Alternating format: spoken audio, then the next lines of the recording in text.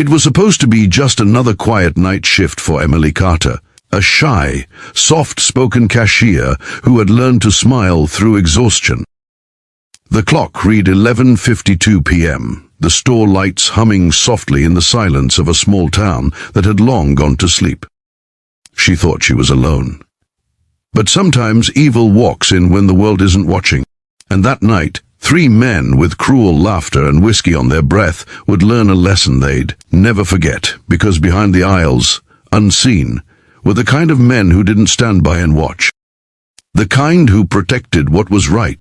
The kind who never forgot what it meant to stand for someone who could. But before we dive into this powerful true-to-life story, take a moment to like this video, share your thoughts in the comments, and subscribe to Soul Spark for more heart-touching, real-life stories that remind us of the strength within every soul Thrain had just stopped, leaving the world glistening under the neon lights of Marty's Corner Mart, a small convenience store tucked between a gas station and a lonely stretch of road outside Clearwater. Emily had been working there for nearly 2 years, ever since her mother's health started failing and the hospital bills piled up. She was 23, with tired eyes that still managed to hold hope, and hands that never stopped moving, cleaning, counting, organizing, smiling at strangers who barely noticed her. It was nearly midnight. She was restocking gum at the counter, humming softly to a tune on the radio, when the bell over the door chimed. 3 men walked in. Leather jackets, boots that thudded against the tile floor, the smell of alcohol mixed with arrogance. At first, Emily smiled, that automatic customer service smile that hides discomfort. "Evening, gentlemen. We're closing soon, but you're welcome to grab whatever you need." The tallest of them, a man with a scar slicing across his cheek, leaned against the counter and grinned. "Oh, we just need a few things, maybe some company, sweetheart." The other 2 laughed, circling like wolves. Something in Emily's chest tightened. She had seen their kind before.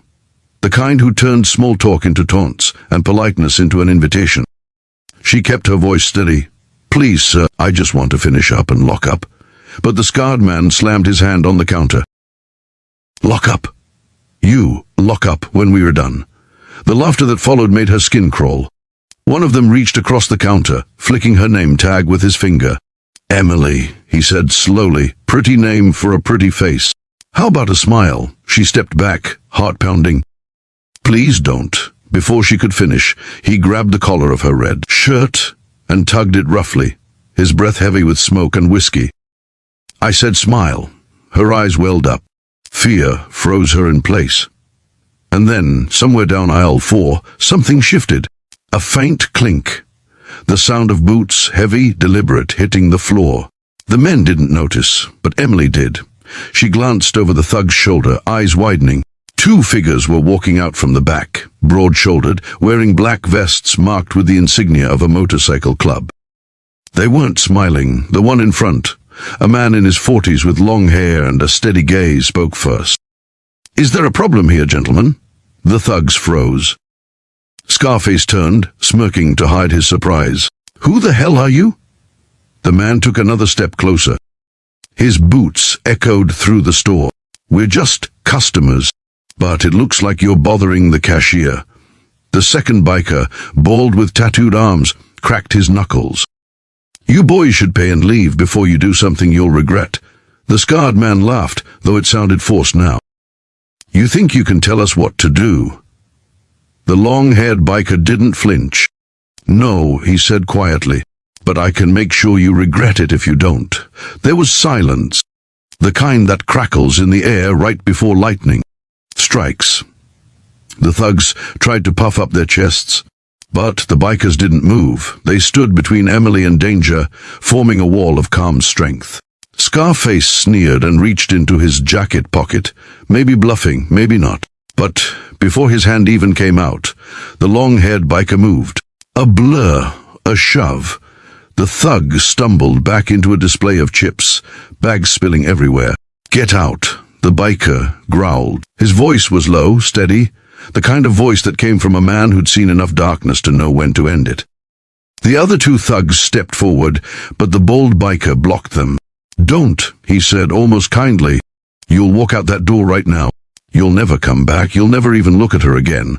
The scarred man stood up, red-faced and shaking. But something in his eyes changed.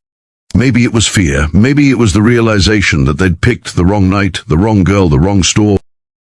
He spat on the floor, muttered a curse, and motioned to his friend. "Let's go." They left. The door slammed behind them. For a long moment, the only sound was Emily's ragged breathing. Her hands trembled as she buttoned her torn shirt, trying to hold herself together. "Thank you," she whispered. "I didn't know what to do." "I thought." The long-haired biker nodded. "You don't need to thank us. We just don't like bullies." She looked at them properly now. They were intimidating, sure, leather vests, tattoos, the kind of men most people crossed the street to avoid. But their eyes were kind. Tired, maybe, but kind. The bold biker smiled faintly. "You okay, kid?" She nodded, though her voice cracked. "Yeah, just scared." He glanced around the store. "You shouldn't have to work this late alone." "Not around here. I need the hours," she said softly. "My mom's sick. Hospital bills." Something in his face softened. "What's her name?" "Margaret." The biker nodded. "We'll say a prayer for her tonight." They helped her clean up the mess, chips scattered. Across the floor, the cash register nearly knocked off balance. The long-haired one fixed the bent scanner while the other one wiped down the counter. Emily laughed through tears.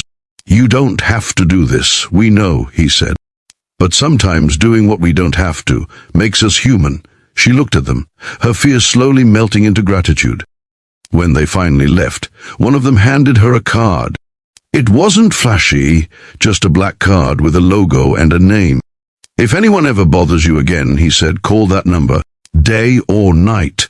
Then they were gone, the rumble of their motorcycles fading into the night. 2 nights later, the same 3 thugs came back. But this time, Emily wasn't scared. She saw their car pull up through the window, the same old rusted pickup. She didn't panic. She reached for the phone, but she didn't have to call. Because before they even stepped out of the truck, 3 motorcycles turned the corner, roaring like thunder, headlights slicing through the dark. The bikers pulled up beside them. Scar face froze. The long-haired man stepped off his bike, calm as ever. "Didn't I tell you not to come back?" The thugs didn't wait to answer. They got in the truck and sped off into the night, tires screeching. Emily watched from the window, tears welling in her eyes again. Not from fear this time, but from relief. From being seen.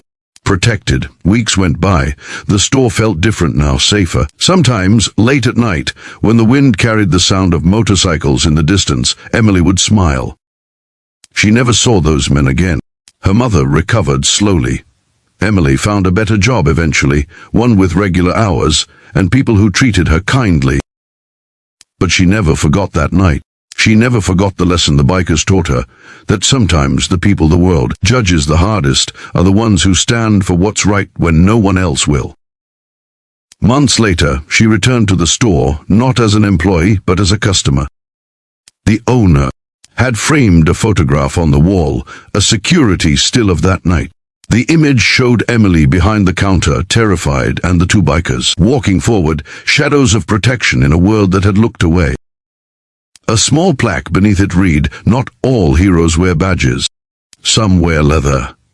If this story moved you, don't forget to hit that like button, share it with someone who believes in standing up for what's right, and subscribe to Soul Spark for more stories that remind us of courage, compassion, and the power of humanity.